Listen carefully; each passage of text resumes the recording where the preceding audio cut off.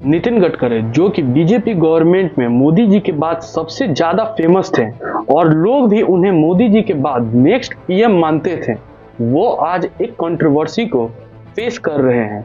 वो भी उस काम के लिए जो कि उनके मिनिस्ट्री में भी नहीं आता, यानी E20 पेट्रोल। तो आपको पता नहीं कुछ टाइम बाद चल भी पाएगी या नहीं, क्योंकि E20 पेट्रोल के कारण इसका जो माइलेज गिरा है 20 से। जरा बताइए नितिन गडकरी जी, ड्रामा लगा के रखे हैं आप, देश को बर्बाद कर दिया नितिन गडकरी जी। हमारे देश का अभी सबसे बड़ा कंट्रोवर्सी में से एक है ये भी E20 पेट्रोल, जिसको लाने का टारगेट था 2030 में, मगर टारगेट ईयर से 5 साल पहले ही यानी 2025 में ही ला दिया गया। और इसके बाद इसके ब्रांड एम्बेसडर बने नितिन गडकरी। आप 120 रुपए जो पेट्रोल ले रहे हैं उसका भाव हम 15 रुपए लीटर करेंगे। जितना एवरेज आपको 120 रुपए के पेट्रोल में मिल रहा है, उतना एवरेज आपको 15 रुपए पेट्रोल की कीमत जो है 15 रुपए उतना लीटर का इथेनॉल का एवरेज मिलेगा।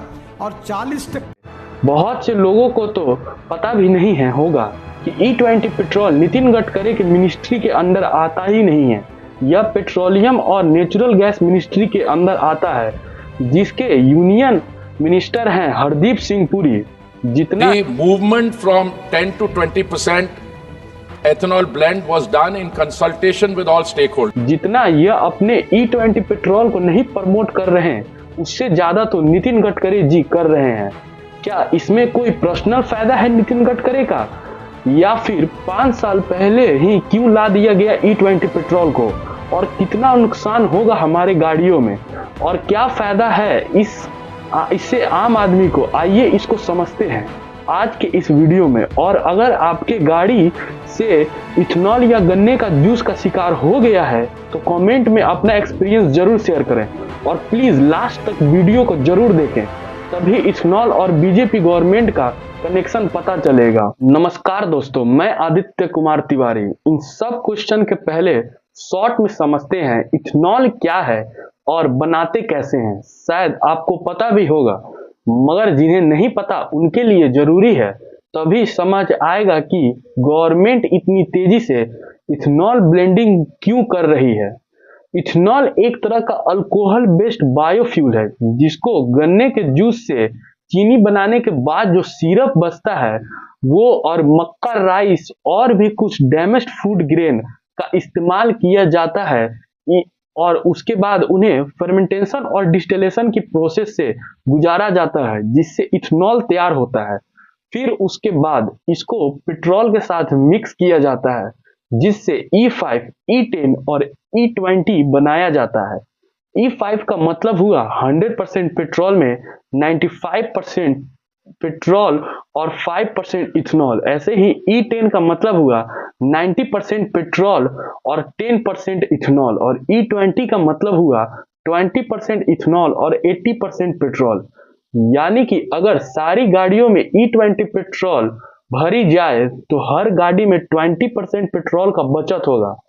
यही मेन रीजन है इंडियन गवर्नमेंट की, जो कि इथेनॉल ब्लेंडिंग को इतनी तेजी से बढ़ाया जा रहा है।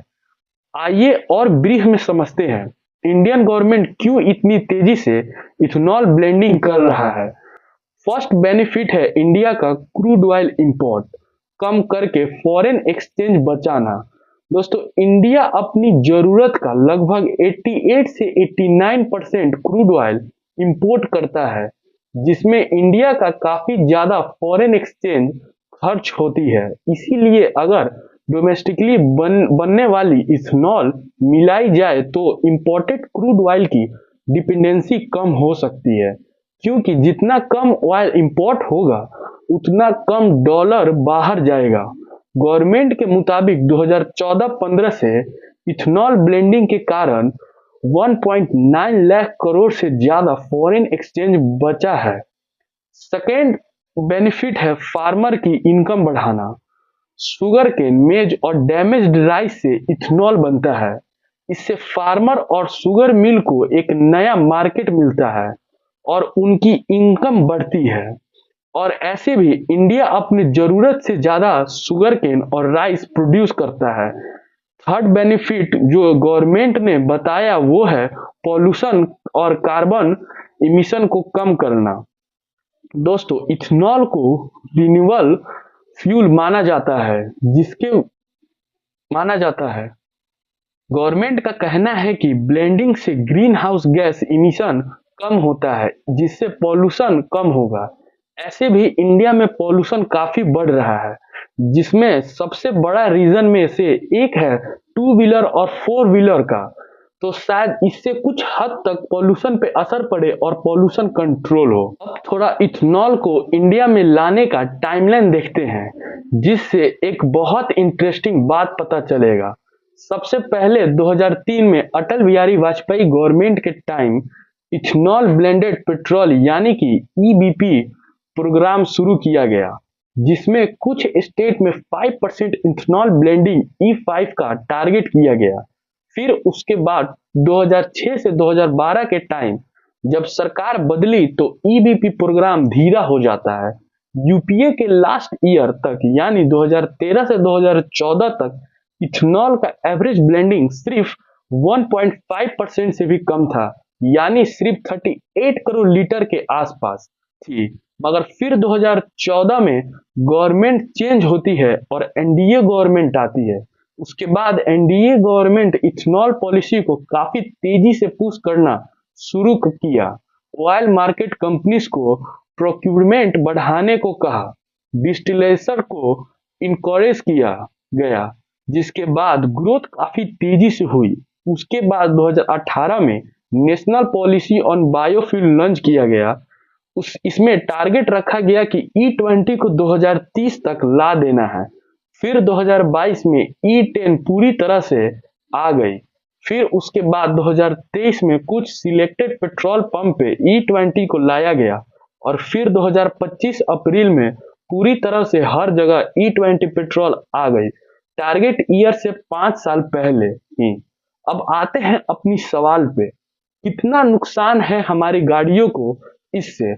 दोस्तों, नीति आयोग और मिनिस्ट्री ऑफ पेट्रोलियम ने एक रोड मैप जारी की, जिसके अनुसार 2023 से E20 कंपैटिबल व्हीकल लॉन्च की गई, यानी अप्रैल 2023 से पहले की सारी बाइक और कार E20 कंपैटिबल नहीं है।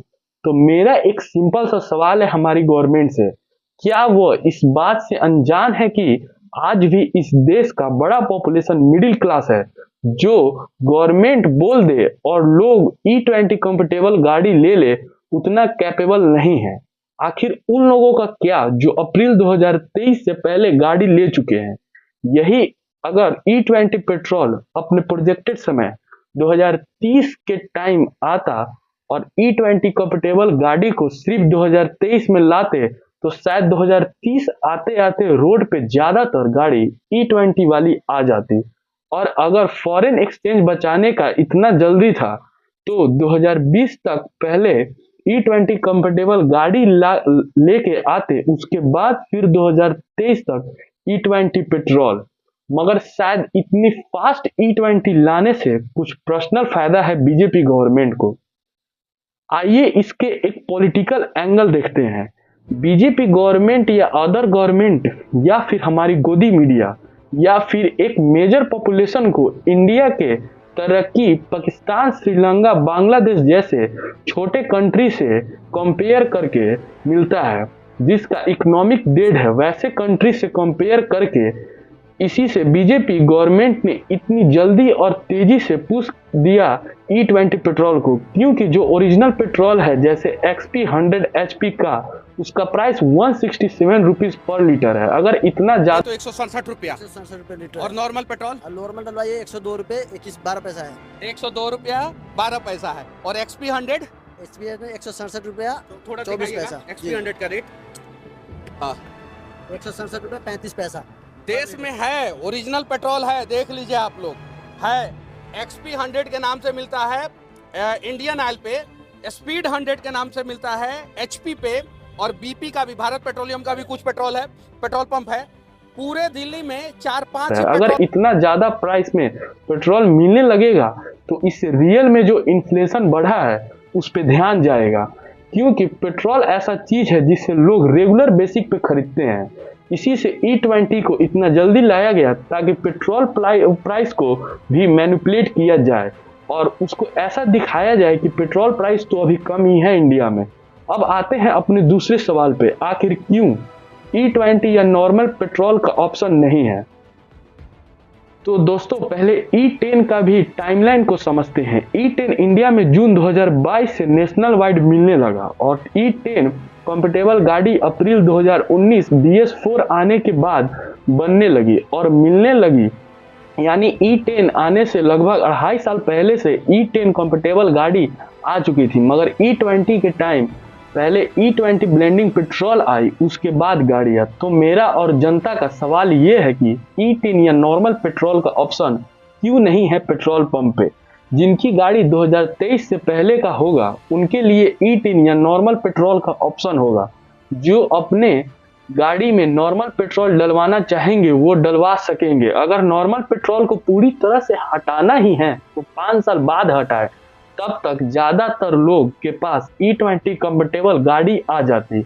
हमारी गवर्नमेंट एग्जाम्पल देती है अमेरिका और ब्राजील की जैसे कंट्री का, कि वहाँ E20 आ गया है और पूरी तरह से इम्प्लीमेंट भी हो गई है। और वो नहीं, वहाँ गाड़ियों में प्रॉब्लम आता है। शायद गवर्नमेंट को ये नहीं पता कि ब्राजील में सबसे पहले E20 कंफर्टेबल गाड़ियाँ आई, उसके बाद E20 पेट्रोल को लाया गया और उसके बाद भी वहाँ हर पेट्रोल पंप पे मैंडेटरी है E10 और नॉर्मल पेट्रोल का ऑप्शन रखना। अब हमारा तीसरा सवाल है कि नितिन गडकरी जी का क्या फायदा है इससे, इथेनॉल से, जो वो इसके ब्रांड एम्बेसडर बन रहे हैं। उन पे एलिगेशन ये है कि इस इथेनॉल के ब्लेंडिंग से डायरेक्ट फायदा उनके बेटे निखिल गडकरी को है, जो कि एक कंपनी चलाते हैं सियान एग्रो इंडस्ट्री, जो कि एग्रो प्रोडक्ट और बायोफ्यूल इथेनॉल बिजनेस में काम करती है, जिसका रेवेन्यू 2024 फाइनल ईयर में सिर्फ 17.47 करोड़ था। वो बढ़ के 2026 के फाइनल ईयर में 510 करोड़ हो जाती है। साथ ही साथ सियान एग्रो का शेयर प्राइस 2023 रुपीज हो जाती है, जो कि मात्र 1 साल पहले सिर्फ 122 था। इसी वजह से नितिन गडकरी जी पे एलिगेशन है कि वो इथेनॉल को इतना प्रमोट इसीलिए कर रहे हैं क्योंकि उनके बेटे को डायरेक्ट फायदा है इस इथेनॉल ब्लेंडिंग से। मगर उन्होंने यह बात साफ तौर पे डिनाई कर दी, क्योंकि उनका कहना है कि इथेनॉल बस एक छोटा सा हिस्सा है उनके बेटे के बिजनेस का। और अगर का मुख्य पावर का है, हाँ, शुगर का है, हाँ, एक्सपोर्ट का है, ठीक है, उसके साथ और छोटे छोटे उद्योग है। हाँ, उसका टोटल ग्रुप का टर्नओवर जो है वो टर्नओवर में इथेनॉल का 10% भी नहीं है। और अगर कोई यह गलत एलिगेशन लगाएगा तो उस पर डिफेमेशन केस भी हो सकता है। अब क्या यह बात सही है या नहीं ये तो नहीं पता, मगर हाँ मैसिव ग्रोथ तो हुआ है सियान एग्रो को इस इथेनॉल ब्लेंडिंग के बाद। फोर्थ और लास्ट और सबसे जरूरी सवाल, आखिर क्या फायदा है आम आदमी को इस E20 पेट्रोल से। गवर्नमेंट ने बताया कि इससे फार्मर को फायदा है, मगर आखिर क्या फायदा है। एक तो ओरिजिनल पेट्रोल की जगह E20 पेट्रोल लाई गई, मगर प्राइस पहले जितना ही सेम है, न प्राइस घटाया गया, मगर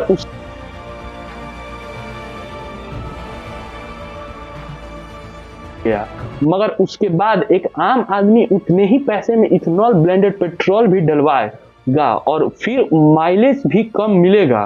तो क्या फायदा है। या फिर जो गाड़ी E20 कंफर्टेबल नहीं है, जिसकी वजह से long time E20 petrol use करने से फ्यूल हॉसेस और रबर सील्स जल्दी वेयर होना या प्लास्टिक या रबर फ्यूल सिस्टम पार्ट पर इफेक्ट पड़ना। सिर्फ 20,000 किलोमीटर में मेरी स्पार्क प्लग खराब हो गए, जो कि 40-40, 50-50 हजार किलोमीटर चलते हैं। सर्विस सेंटर वाले ने बताया कि ये फ्यूल में एडल्ट्रेशन की वजह से भी हो सकता है। तो पहले E20 की वजह से मेरी सारी माइलेज खराब हुई और इथेनॉल मॉइस्चर एब्जॉर्ब करता है, जिससे आपकी कोई सी भी गाड़ी हो E20 कंफर्टेबल या नॉर्मल, अगर फ्यूल टैंक में कहीं से भी लीक हुआ और अंदर एयर गया तो फ्यूल टैंक में जंग लग सकता है, क्योंकि इथेनॉल मॉइस्चर एब्जॉर्ब करता है।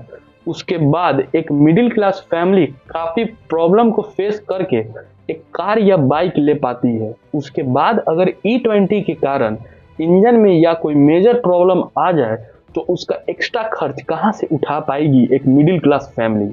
तो आपको पता नहीं कुछ टाइम बाद चल भी पाएगी या नहीं, क्योंकि E20 पेट्रोल के कारण इसका जो माइलेज गिरा है 20 से। इसी से गवर्नमेंट को E10 और नॉर्मल पेट्रोल को भी मैंडेटरी कर देना चाहिए हर पेट्रोल पंप में, ताकि लोग अपने चॉइस के अनुसार या गाड़ी के अनुसार पेट्रोल ले सकें। Thanks for watching. अगर आपको वीडियो अच्छी लगी तो प्लीज लाइक और शेयर करें। Thank you so much.